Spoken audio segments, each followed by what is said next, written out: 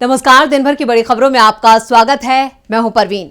आज इस बुलेटिन में बात होगी राजस्थान में राहुल की एंट्री से परेशान बीजेपी की, शाह की रैली में खाली पड़ी कुर्सियों की, विधानसभा चुनावों में मायावती के बिगड़े बोल की, मणिपुर में बुरी फंसी मोदी सरकार की, कर्नाटक बीजेपी में मची बगावत की। इसके साथ ही देखेंगे कि जाने माने कार्टूनिस्ट इरफान की किस खबर पर पड़ी तिरछी नजर, और बुलेटिन के आखिर में शरद पवार के बड़े बयान के। इसके साथ ही और भी कई बड़ी खबरों से आपको करवाएंगे रूबरू, लेकिन तमाम बड़ी खबरों से पहले एक नजर सुर्खियों पर।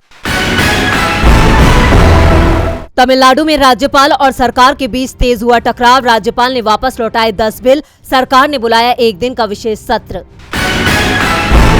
विशेष राज्य के दर्जे के लिए केंद्र के खिलाफ नीतीश कुमार चलाएंगे अभियान, कहा बिहार का उत्थान चाहते हो तो विशेष राज्य का दो दर्जा। आम आदमी पार्टी ने बीजेपी पर लगाया सीएम केजरीवाल की छवि खराब करने का आरोप, मामले को लेकर ईसी से की शिकायत। बढ़त के साथ बंद हुआ शेयर बाजार, सेंसेक्स 306 अंकों की तेजी के साथ 65,982 के स्तर पर हुआ बंद, निफ्टी 89 अंकों की उछाल के साथ 19,765 के स्तर पर हुआ बंद। ये तो थी सुर्खियां, और अब बात आज की सबसे बड़ी खबर की। राहुल गांधी के जयपुर में अपनी पिछली सभा के 55 दिन बाद फिर राजस्थान के दौरे पर है।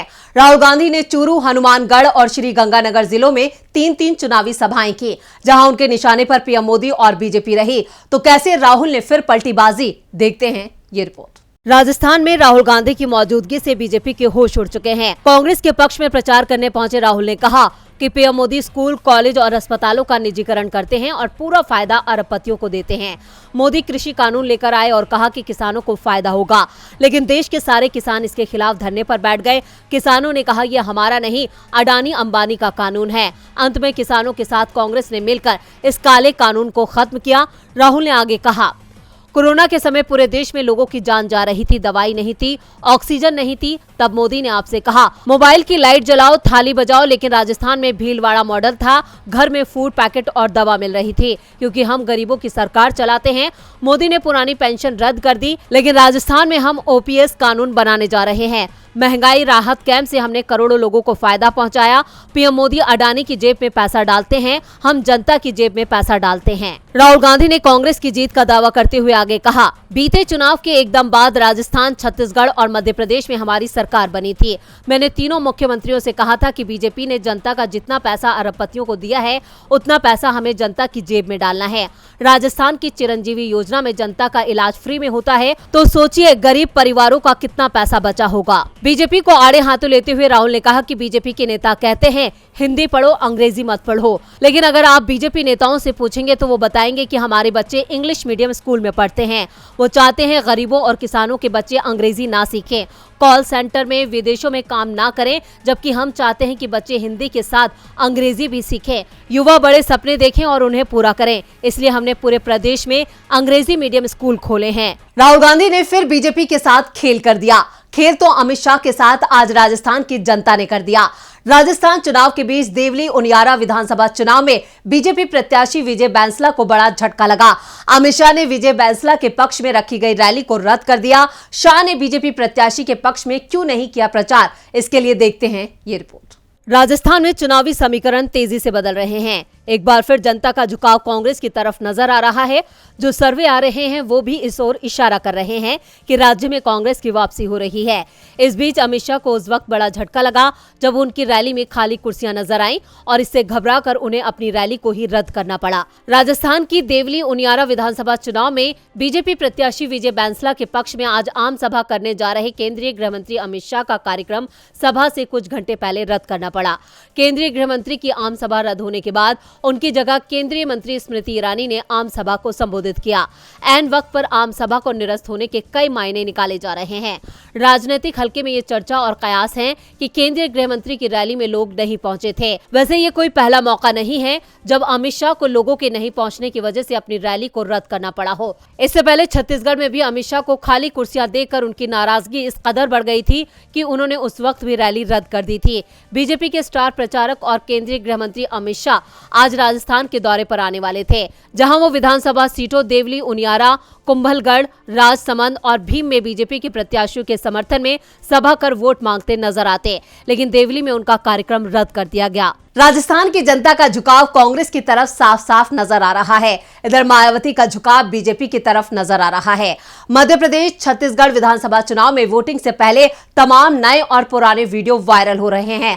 कहीं कट पेस्ट चल रहा है, यानी किसी और के लिए कही गई बात का संदर्भ ही बदलकर पेश किया जा रहा है, तो कहीं पूरा वीडियो ही फर्जी तरीके से तैयार हो रहा है। वैसे कई वीडियोस में सच्चाई भी दिखाई दे रही है और अब बीएसपी चीफ का एक वीडियो सामने आया है जिसने हंगामा मचा दिया है। तो क्या है इस वीडियो में और क्या है मायावती का बयान, देखते हैं इस रिपोर्ट में। मध्य प्रदेश और छत्तीसगढ़ विधानसभा चुनाव से पहले मायावती का एक वीडियो वायरल हो रहा है। इस कथित वायरल वीडियो में बीएसपी चीफ कांग्रेस की हार की वकालत कर रही हैं और दावा कर रही हैं कि भले ही बीजेपी जीत जाए लेकिन कांग्रेस को नहीं जीतना चाहिए। इस वीडियो के सामने आने के बाद से ही बीएसपी समर्थकों में गुस्सा दिखाई दे रहा था और जब बीएसपी को इस वायरल वीडियो को लेकर बड़ा नुकसान होते हुए दिखाई दिया तो मायावती का बयान सामने आ गया और उन्होंने इसके लिए भी कांग्रेस को ही दोषी ठहरा दिया। मायावती ने एक के बाद एक ट्वीट करते हुए 3 ट्वीट किए। उन्होंने लिखा कि एमपी, छत्तीसगढ़, राजस्थान में मतदान से पहले चाहे भाजपा जीत जाए किंतु कांग्रेस को नहीं जीतना चाहिए। जैसे विशुद्ध गलत व फर्जी वीडियो का कांग्रेस की ओर से प्रचारित करना दुर्भाग्यपूर्ण व उनकी हताशा का प्रतीक है। ये षड्यंत्र बीएसपी की मजबूत स्थिति को देखते हुए है, लोग सावधान रहें। दरअसल इस बार विधानसभा चुनाव में दलित एक बार फिर से कांग्रेस की ओर लौटते दिख रहे हैं।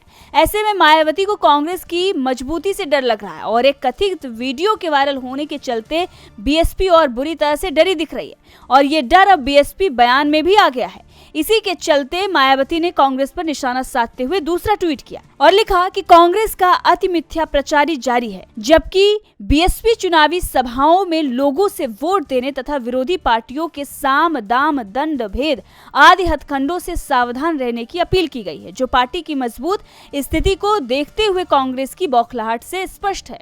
फिलहाल तो बौखलाहट किसके अंदर दिखाई दे रही है, ये सभी को दिखाई दे रहा है। मायावती के इस बयान से बीएसपी को बड़ा नुकसान होना तय माना जा रहा है। नुकसान तो अब मणिपुर में भी बीजेपी को उठाना पड़ेगा। पिछले करीब 6 महीने से मणिपुर जातीय संघर्ष की आग में झुलस रहा है। मणिपुर को लेकर पीएम मोदी और बीजेपी सरकार पूरी तरह से फेल नजर आ रहे हैं। 2 समुदायों के बीच जारी संघर्ष में अब तक 150 से ज्यादा लोगों की जान जा चुकी है। इस बीच आदिवासी संगठन ने मोदी सरकार के खिलाफ मोर्चा खोल दिया है। मणिपुर में हिंसा की जांच की मांग जोर पकड़ती जा रही है।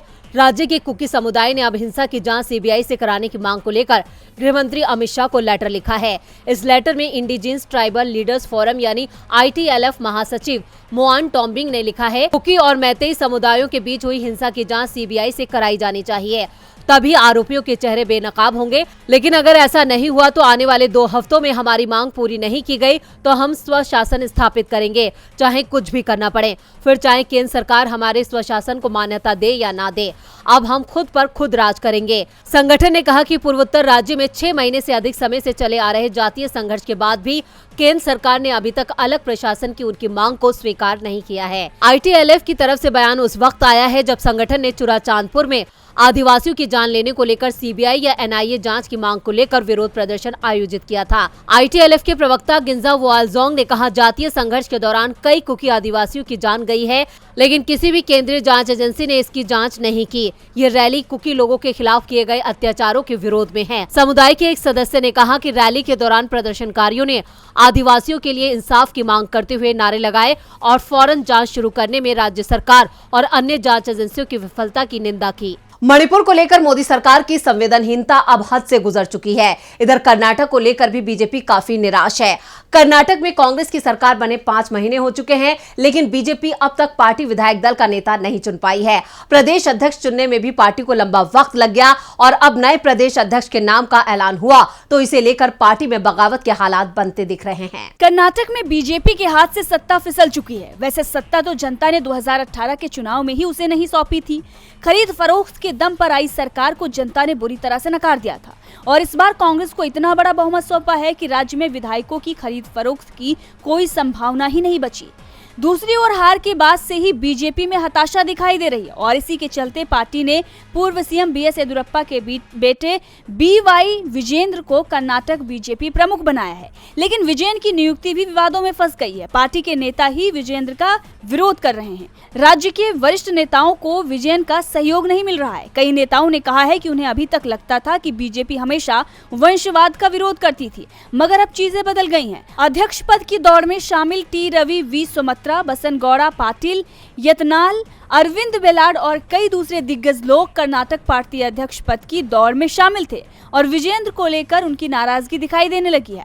अध्यक्ष पद पर नियुक्ति के बाद विजेंद्र के स्वागत के लिए पार्टी ने जो कार्यक्रम आयोजित किया उसमें बेलाड, सुमत्रा, टी रवि और यतनलाल शामिल नहीं हुए।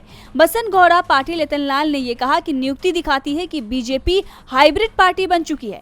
ये स्क्रैप मेटल जैसा मालूम होता है। जबकि पूर्व केंद्रीय मंत्री सांसद रमेश जिगाजिनागी का एक कथित वीडियो भी सामने आया है और वीडियो सोशल मीडिया पर वायरल हो रहा है, जिसमें वो ये कहते हुए नजर आ रहे हैं कि मेरे जैसे लोगों ने पद पाने का सपना भी नहीं देखा था, क्योंकि पार्टी के भीतर दलितों को ऐसे अवसर नहीं दिए गए थे। वो कहते हैं कि हमने विजेंद्र का नाम लिया ही नहीं था। कर्नाटक में बीजेपी अपनी साख बचाने में जुटी है। इधर यूएन भी अपनी साख बचाता नजर आ रहा है। इजराइल और फिलिस्तीन में बीते 39 दिनों से जंग जारी है। गजा में हालात हर गुजरते दिन के साथ बदतर होते जा रहे हैं। इस जंग की वजह से 11,000 से ज्यादा फिलिस्तीनियों की जान जा चुकी है।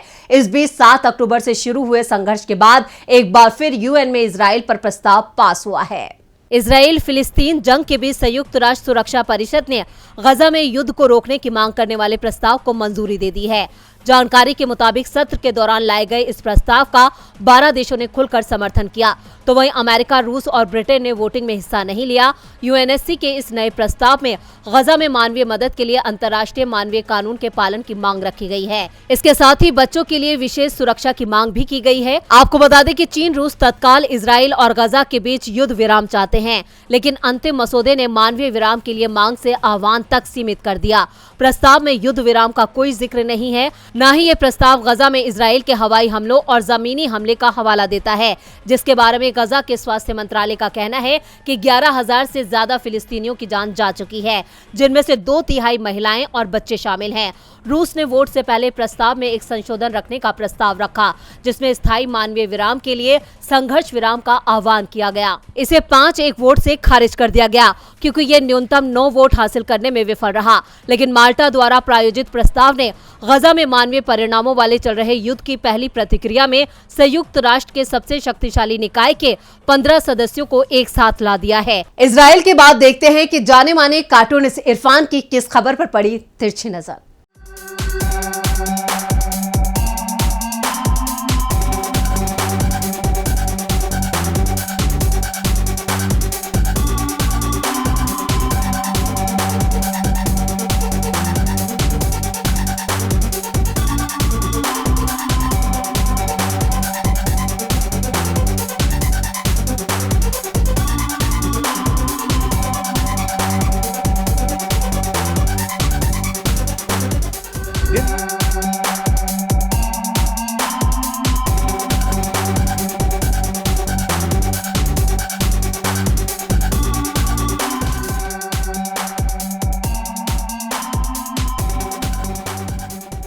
कल छत्तीसगढ़ और मध्य प्रदेश में मतदान का आखिरी दौर है।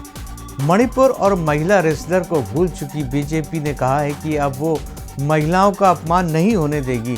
चलिए, चुनाव के बहाने ही सही बीजेपी ने ये तो माना कि उनके राज में महिलाओं का अपमान हुआ है।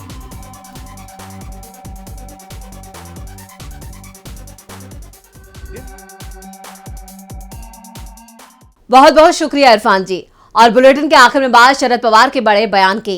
एनसीपी चीफ शरद पवार ने पीएम मोदी पर निशाना साधा है।